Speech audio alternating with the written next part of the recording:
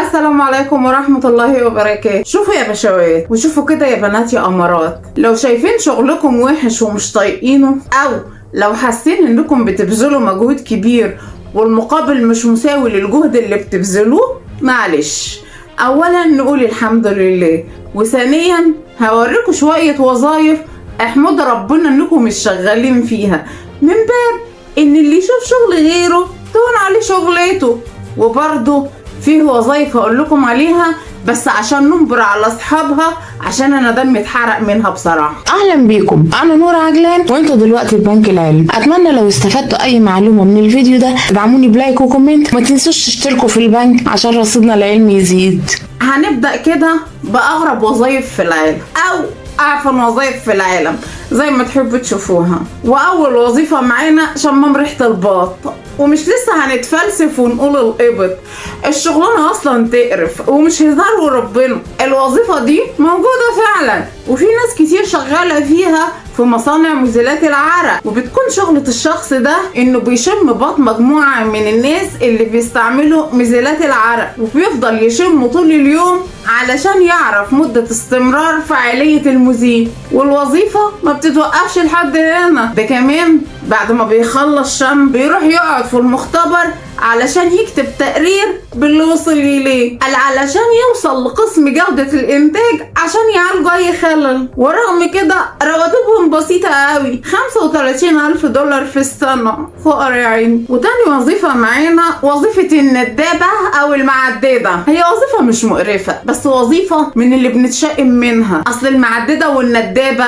ما بتبانش غير في الجنازات زي الحانوتي والتربي كده، لحد بيحب سيرتهم ولا يصاحبهم. المهنة دي أصلها فرعوني وظهرت أول مرة في موت أوزوريس، وده طبقا لكتاب ويليام نظير بين الأمس واليوم، وكان اسمها الندابة نفتيس، ولسه موجودة في الأرياف وفي الصعيد، بس في القرى والكفور والنجوع، مش في المدن يعني ولا المراكز. انا شفتها وانا صغيره بتقول كلام يخلي كل الناس تبكي، وبتقعد تشكر في اللي مات، وبتقول فيه احسن الصفات حتى لو كان راجل ضلالي ومتعشي باليتامى ومالهم قبل ما يموت. بصراحة أنا يوم ما ضحكت لأن أنا عارفة اللي هي بتتكلم عنه، فالراجل يعني ما يجوز عليها الله الرحمة، فكان كل كلامها بيضحكني، وكان عندي رياكشن واحد. هي طبعا لازم تسخن الميت لأنه كل ما كانت شاطرة وبتعرف ترص صفات حلوة كتير في الميت فبتقبض كتير. الشغلانة دي بدأت تنتشر في الدول الآسيوية والإفريقية، ومنتشرة حاليا في غانا، وبدأت العائلات الغنية تجيب معددة أو ندابة عشان تندب على اللي مات، وتقعد بقى تعدد عليه وتقول الصفات الكويسة اللي كانت فيه، حتى لو كان بيصلي عكس القبلة ورجليه الاتنين شمال، هتقول لك انه بنى الازهر قبل جوهر الصقل ما يجي مصر. ولو المعددة بقى عرفت تولع الستات في الميتة وخلتهم يصوتوا بحرقة كده ومن معاميكهم هتاخد فلوس اكتر.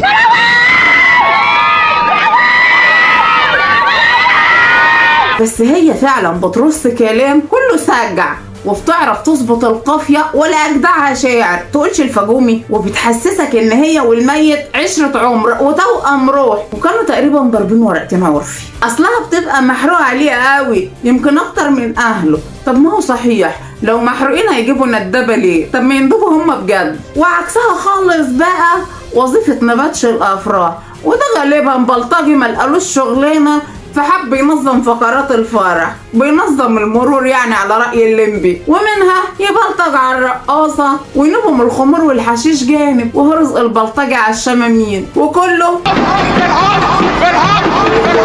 والوظيفة رقم 3 معانا فحص مؤخرات الدجاج. استغفر الله، وده بيعمل ايه يعني؟ الشخص ده بيقوم بفحص مؤخرات الكتاكيت الصغيرة بإن هو يحط صباعه في المؤخرة علشان يعرف الكتكوت ده ديك ولا فرخة، وبعد كده بيتم فصل الفراخ عن الديوك، وبيقبضوا في السنة حوالي 60,000 دولار. طب ما ياخدني معايا، انا بربي قطط وما بقرفش. لسه ما اشتركتش يا عم، واشترك. لو الشغل ما عجبكش بشترك بره. ومعانا يا عيني هنا الوظيفه رقم 4. انا عاوزه اعيط عشان الوظيفه دي والله. مطارد القرود. في كندا حدائق الحيوان مفتوحه ملهاش اسوار، يعني شبه المحميات الطبيعيه الى حد ما. والقرود مفهوم انها بتتنطط، فالقرود دايما بتنط على عربيات الزوار اللي بيجوا يزوروا الحديقه. ومطارد القرود بقى شغلته في الحياه انه يجري ورا القرود اللي بتهرب دي علشان يمسكها ويرجعها تاني.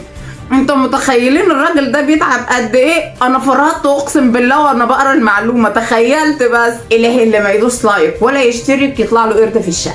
وخامس وظيفه معانا منظف بلاعات المجاري، واللي احنا في مصر بنسميه غطاس المجاري. الوظيفة دي بقى بتقتضي ان هو ينزل في البلاعات على عمق حوالي 2 متر، وما بيبقاش لابس حاجة غير هدومه، ويشيل بقى المخلفات والحاجات ويخرجها من البلاعات بايده.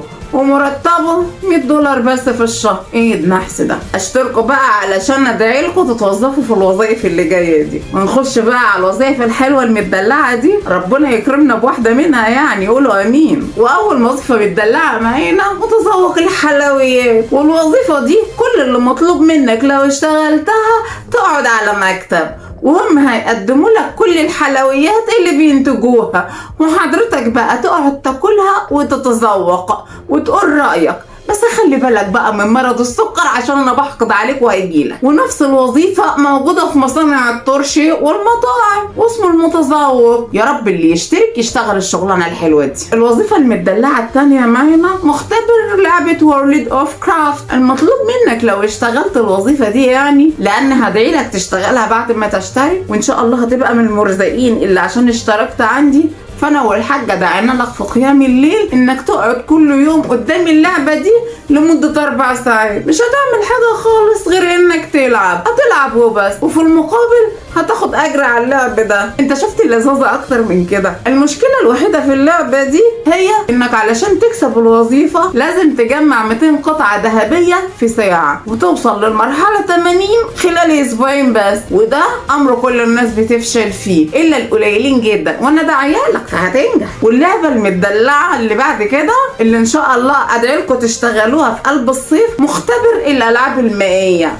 الوظيفه دي المطلوب من اللي يشتغلها انهم يسافروا للاماكن اللي فيها العاب مائيه، وبعدين بقى يقعدوا يا اخويا يلعبوا باللعبه علشان يفحصوا مدى المتعه اللي هيستمتعها الزائر لما يستخدمها، ويبعتوا تقرير لو في اي خلل في اللعبه. يا مرارتك يا نوره. ومعنا كمان فحص مراتب السرير. تخيل كده لما تشترك عندي وادعي لك تشتغل الشغلانه دي، وتكون وظيفتك كل يوم انك تنام على اكبر واجمل سرير علشان تصحى وتقول لو في حاجه ضايقتك من المرتبه، ومرتبك هيبقى بسيط قوي 1000 يورو بس. تخيل كده شغلتك تنام وتصحى وتاخد 1000 يورو. ومعانا كمان وظيفه انا عارفه ان كلكم هتحبوا تشتغلوها، بالذات الرجاله يعني. اشتركوا وهدعي لكم. ودي قال ايه يا اخويا؟ هتروح لشخص وحيد عاوز حد يحضنه قبل ما ينام، بس تكون بتعرف تروح. طبعا انتوا ما تتوصوش. واسمها محترف العناق. ادعي عليكم بايه؟ يلا، دي وظيفه مستفزه والله. وكمالا للشلل بقى في شغلانه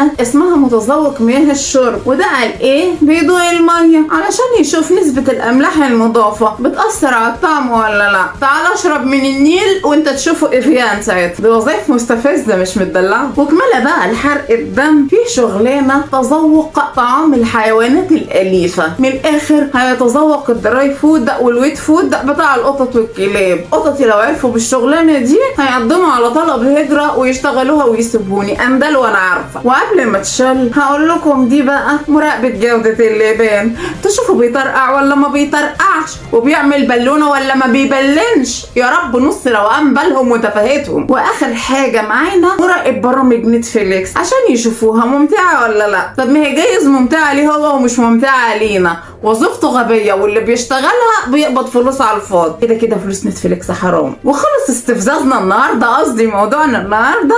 اتمنى لو عجبكم الموضوع تدعموني بلايك واشتراك وكومنت حلو زيكم كده. والسلام عليكم ورحمه الله وبركاته.